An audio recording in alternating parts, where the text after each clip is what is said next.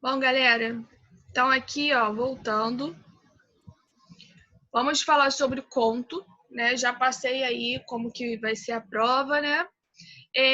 Bom, o conto, ele faz parte do gênero textual, do tipo textual narrativo. Então, o conto é um gênero textual que está dentro do tipo textual narração, tá?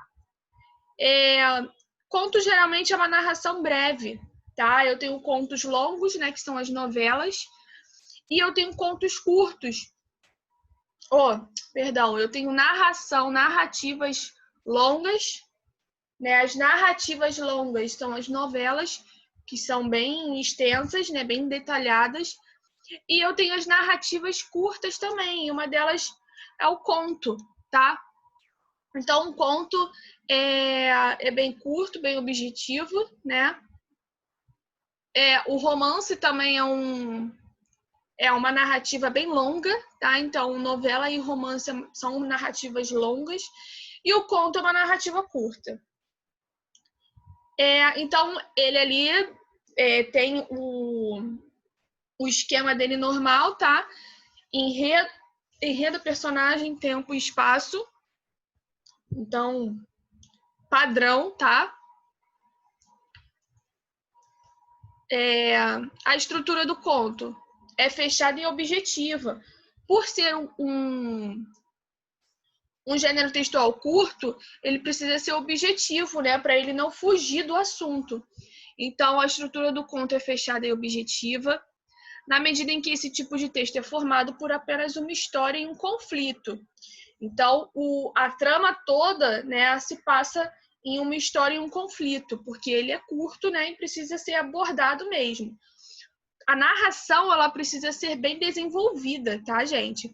Então, quando faz uma narração, a narração ela precisa ter um início, um desenvolvimento e um desfecho. E todo o desenvolvimento precisa ser bem claro. Eu preciso entender o espaço que os personagens estão, eu preciso entender o tempo, eu preciso entender as falas, que personagem está falando o quê. Então, precisa ser bem claro, bem objetivo. E por isso também, para eu conseguir atender todas as perspectivas, né, do meu conto, ele é curto, tá? Sua estrutura está dividida em 3 partes. Então, introdução, desenvolvimento, o clímax, que é a parte, digamos, mais importante do texto. Todas as partes são importantes, mas o clímax é a parte que dá aquele baque mesmo no texto, tá? Então, é a parte que chama atenção na história. É numa novela que está chegando na reta final. A parte que se descobre quem matou quem, né? Essas partes aí que se desenvolve na trama, descobrindo os mistérios que rolou durante toda a trama, é o clímax, né? Que é o boom da história, tá? Então, o clímax é o boom da história, tá? E aí eu tenho... Aí depois eu tenho o desfecho, tá?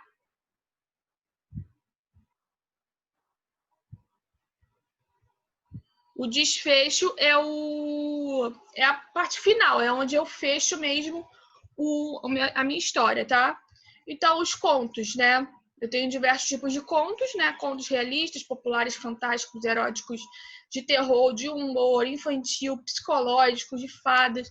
Então, o conto abrange a diversos públicos, né? E cada público vai ter uma linguagem, né? A linguagem que eu utilizo num conto de terror é diferente da linguagem que eu vou utilizar num conto de fadas, né? Que é voltado para criança, e o outro conto que é voltado mais para adolescente e adulto. Então, são linguagens diferentes, né? Então, eu preciso tomar cuidado no meu conto, né? O espaço. Então, geralmente, é bom utilizar espaço curto para eu poder abordar todo aquele espaço, tá? Tempo, eu preciso ter o tempo ali bem claro, quando que está se passando a história. Foco narrativo, eu tenho o narrador observador, que é o narrador que somente narra a história, ele não participa.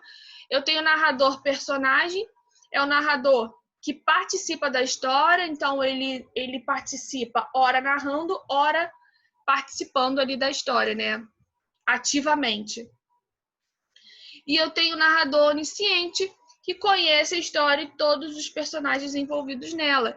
A diferença do narrador onisciente para o narrador observador é que o narrador observador, ele vai contando a história de acordo com o acontecimento.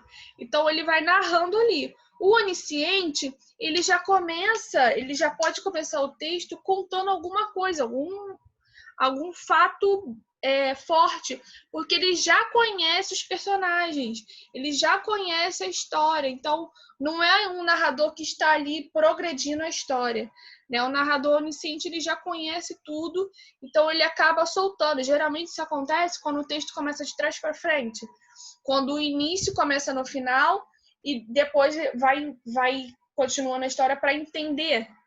Então, geralmente é assim, tá? Geralmente os contos são narrados em terceira pessoa, embora muitos contos narrados em primeira pessoa, no caso, quando surge o narrador-personagem. Então, quando tem narrador-personagem, ele utiliza na primeira pessoa, principalmente quando ele está participando ali, né? Quando é a parte dele de participar. Mas nos outros casos é em terceira pessoa, tá? Porque ele só está contando a história. Então, os personagens, mais uma vez, também é importante deixar ter poucos personagens, né, para conseguir ali falar de todos eles. O diálogo precisa ser bem claro e objetivo, tá? Preciso entender quem é que tá falando o quê, qual personagem tá falando o quê. E o epílogo, que o epílogo é o final, tá? Então, corresponde ao clímax da narrativa, determinado pelo desfecho surpreendente, imprevisível e ou enigmático da ação. Beleza? Eu tenho os contos minimalistas, que são os microcontos, né? São os contos menores ainda. Então, assim, às vezes em 3, 4 linhas tem um conto ali bem bacana. Então, galera, é isso, tá? Então, prestem bastante atenção, leiam com atenção a prova, tá? Que está tranquila, não tá um bicho de 7 cabeças, beleza? Beijo, até a próxima, se cuidem.